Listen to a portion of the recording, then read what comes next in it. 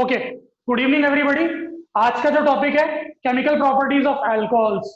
हम अल्कोहल्स में completely preparation, introduction, classification, structure और फिजिकल प्रॉपर्टीज तक कंप्लीट कर चुके हैं। राइट, अब आता है केमिकल प्रॉपर्टीज ऑफ अल्कोहल्स। ये अल्कोहल्स का लास्ट टॉपिक है, इसके बाद फिनॉल्स चालू हो जाएगा। राइट, तो केमिकल प्रॉपर्टीज ऑफ अल्कोहल्स मतलब अल्कोहल्स यहाँ पे रिएक्टेंट होते हैं। आपको एक चीज समझने की जरूरत है, the basic difference between preparation and properties. Right, if I am talking about preparation of alcohols, तो एवरी टाइम जो मेरा प्रोडक्ट फॉर्म होगा वो अल्कोहल्स होता है। ठीक है, लेकिन अगर यही मैं प्रॉपर्टीज की बात कर रहा हूं तो अल्कोहल्स किसके साथ रिएक्ट करके क्या बना रहा है यही हमको जानना है। तो अगर आप फ्लो चार्ट को रिवाइज करें तो अपन को फ्लो चार्ट के बारे में क्या क्या पता है कि अल्कोहल को हम अगर ऑक्सीडाइज करते हैं तो हमको COH मिलता है। अल्कोहल को हम अगर कंट्रोल्ड ऑक्सीडेशन करते हैं तो एल्डिहाइड मिलता है। सेकेंडरी अल्कोहल को अगर ऑक्सीडाइज करेंगे तो कीटोन मिलता है। फिर यहाँ से हमारा ईस्टर, एनहाइड्राइड। अगर मैं चार्ट को रिवाइज करूं तो यही अगर पूरा का पूरा चार्ट जो मैंने आपको एक स्मॉल फ्रेगमेंट्स के थ्रू बताया है, इसी को एक एक रिएक्शन के थ्रू वो बताने की कोशिश किया है इस पर्टिकुलर बुक में। Okay, so let's start the first chemical properties of alcohols. Okay,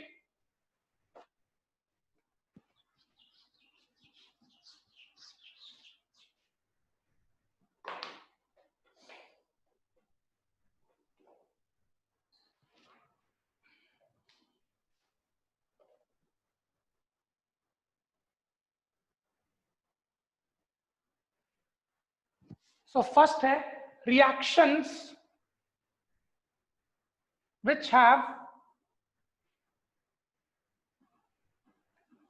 cleavage of OH bond।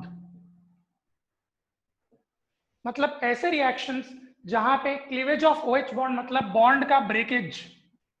Okay, मतलब OH बॉन्ड जहां पे आपका ब्रेक होता है।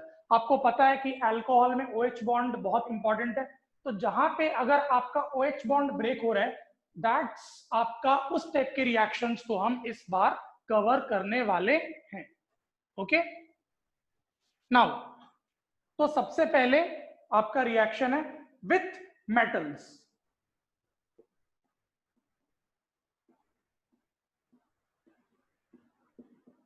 सो व्हेनेवर आप अल्कोहल को किसी भी मेटल के साथ रिएक्ट करोगे तो आपका जो OH बॉन्ड है वो ब्रेक होता है। जैसे कि alcohol when you will react with metal, okay, तो आपको वो मेटल एल्कोक्साइड बनता है। Let me show you some example. Alcohol होता है आपका ROH, अल्काइल के साथ OH, और कोई एक मेटल ले लेते हैं, लेट सपोज हमने ले लिया सोडियम। ठीक है, अब ये क्या होता है, इस पर्टिकुलर ये R आपका O के साथ रिएक्ट करके H को Na रिप्लेस करता है, क्योंकि सोडियम आपका बहुत ही ज्यादा रिएक्टिव एलिमेंट है, हाइड्रोजन से भी ज्यादा। तो आपका जो सब्सटेंस बनता है दैट इज RONA, और हाइड्रोजन गैस आपका इवॉल्व हो जाता है। तो अगर बैलेंस करना है तो ये 2 होना चाहिए, ये 2Na होना चाहिए, और ये 2RONA होना चाहिए। ठीक है, so what is this? This is sodium alkoxide. Clear हुआ? ये आपका सोडियम एल्कोक्साइड होता है। मैं आपको एक एग्जांपल देता हूं। Okay, 2C2H5OH। C2H5OH क्या है? इथेनॉल है। इथेनॉल को जब आप सोडियम के साथ रिएक्ट करते हो, राइट, तो आपको C2H5ONA मिलेगा। 2C2H5ONA। ओके, अब ये हाइड्रोजन जो है, क्योंकि 2 हाइड्रोजन है, बाहर निकल के हाइड्रोजन इवॉल्व हो जाएगा plus H2। In this way आप देख सकते हैं मेटल्स के साथ रिएक्ट करती OH ब्रेक होता है, O अलग हो जाता है, वो सोडियम के साथ कंबाइन होता है और हाइड्रोजन अलग हो जाता है। राइट, एक और एग्जांपल इसमें मैं आपको बता सकता हूं, सेम टू सेम है। Tertiary butyl alcohol. ओके, मैं टर्शरी की बात कर रहा हूं, ठीक है? तो आप समझ जाइएगा, मतलब कि CH3 C CH3 C CH3 carbon के साथ जब आपके 3 मिथाइल ग्रुप होते हैं तो वो टर्शरी होता है, और ये अल्कोहल। यस, तो ये टर्शरी ब्यूटाइल अल्कोहल है। ओके, अगर इसका नाम मैं लूं IUPAC नेम, तो ये हो जाता है आपका 1,1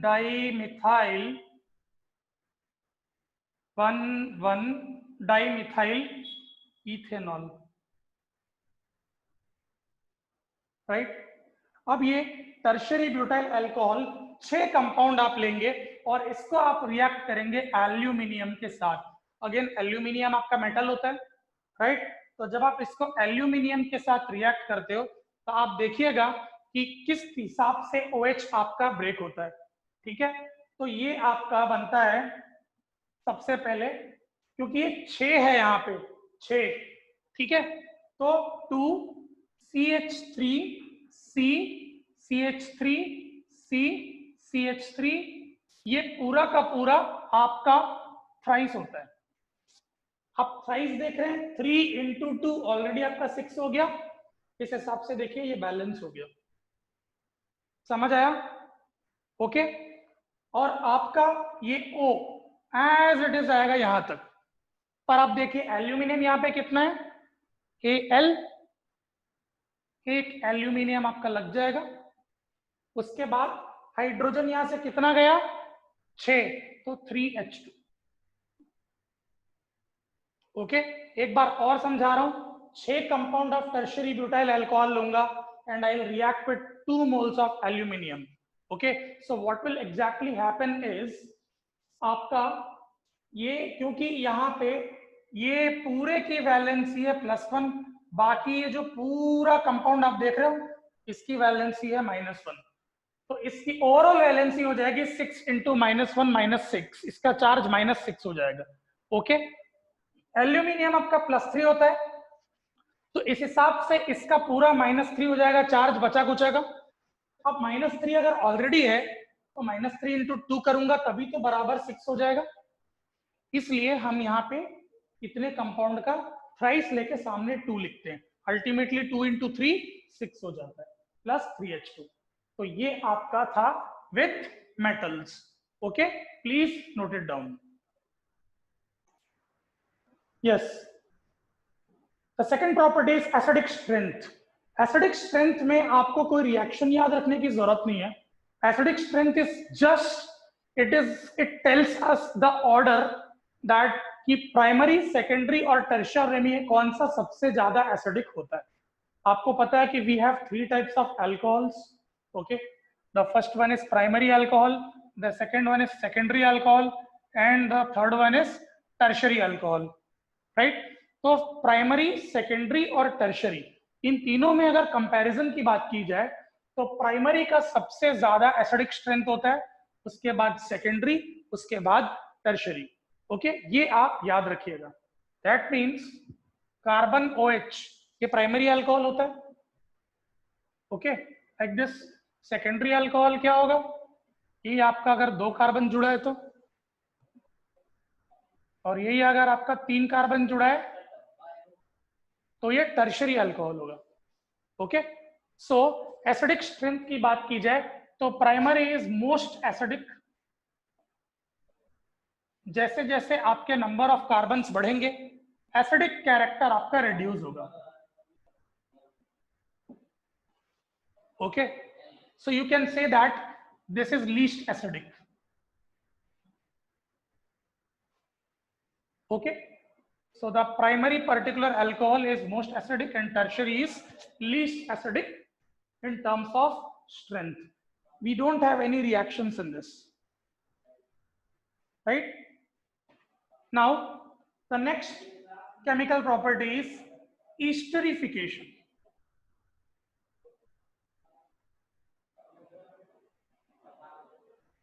हम सभी लोगों को पता है, हमने क्लास 10th में पढ़ा है what is exactly esterification? Okay, generally alcohols react with carboxylic acids to form esters. Alcohols react with carboxylic acids to form esters. Okay, so you need to keep an important point कि जब alcohols और carboxylic acids आपस में react करते हैं तो आपको esters मिलता है with water. Okay, तो esterification मतलब अल्कोहल को कार्बोक्सिलिक एसिड के साथ रिएक्ट करना होगा. अगेन सेम चीज है, आपका वो जो कार्बोक्सिलिक एसिड्स का फ्लो चार्ट रिएक्शन फॉर्म करता है ईस्टर्स, राइट. तो ये यही हो गया. अब कैसे रिएक्शन क्या है, what is the exact reaction? Okay, C2 या कोई भी ले लो, RCH2OH. Okay, this is what, this is an alcohol, ये एक टाइप का अल्कोहल है. जब आप इसको कार्बोक्सिलिक एसिड के साथ रिएक्ट करते हो, दैट इज R-COOH.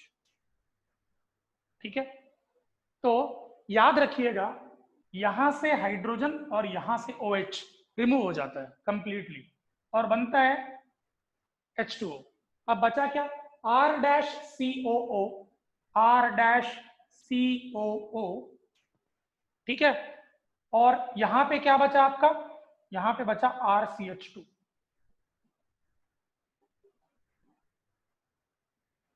या CH2R, जो भी बोल लो आप, R-COO CH2R. and what, this is what, ester. Any doubts? Hope it's not. Okay, so this is the continuation of esterification. esterification का continuation में बताने वाला हूं. हमने अभी esterification में क्या पढ़ा कि जब भी आपका अल्कोहल्स कार्बोक्सिलिक एसिड्स के साथ फॉर्म होता है तो वो आपका ईस्टर बनाता है. यस, बट आपको एक चीज और याद रखने की जरूरत है कि सिर्फ कार्बोक्सिलिक एसिड्स के साथ ही ईस्टर नहीं बनाता है. अगर वो एसिड क्लोराइड्स के साथ भी रिएक्ट करता है तो भी वो आपका ईस्टर ही बनाता है. ठीक है, या अगर एसिड एनहाइड्राइड्स के साथ रिएक्ट करता है तो भी वो ईस्टर ही बनाता है. ठीक है, तो alcohol can react with all the 3 compounds and it may form Easter. अब आप पूछोगे sir what is acid chloride? तो एसिड क्लोराइड होता है आपका R-COCl. ठीक है, R-COCl is your acid chloride. और एसिड एनहाइड्राइड होता है आपका R-C डबल बॉन्ड O, फिर बीच में O, फिर से C डबल बॉन्ड O और R-. इसको अपन बोलते हैं एसिड एनहाइड्राइड. ठीक है, अब देखिए मैं आपका दोनों के साथ रिएक्शन बताता हूं. तो हमने विद कार्बोक्सिलिक एसिड्स देखा, नाउ एसिड क्लोराइड्स के साथ जब आप रिएक्ट करेंगे तो देखिए क्या होता है. Okay, whenever alcohols react with acid chlorides they will give Easter. ठीक है, पर आपको ये याद रखना पड़ेगा कि बाई प्रोडक्ट क्या फॉर्म होता है. ठीक है, जैसे कि ये देख लीजिए ROH, ये आपका अल्कोहल है, और एसिड क्लोराइड क्या होता है RCOCl, RCOCl. ठीक है, RCOCl, this is your acid chloride. ठीक है, तो आप एक चीज देखिए, यहां से आपका हाइड्रोजन और यहां से क्लोरीन बाहर आ जाएगा और ये आपका HCl बनाएगा. बचता क्या है RCOOR. तो आपका ईस्टर हो गया RCOOR. This is your Easter. Okay, again with an example, C2H5OH को अगर मैं CH3COCl के साथ रिएक्ट करता हूं तो ये हो जाएगा CH3COO C2H5 प्लस HCl. तो लो ईस्टर हो गया. ठीक है, और अब आता है एसिड एनहाइड्राइड्स वाला.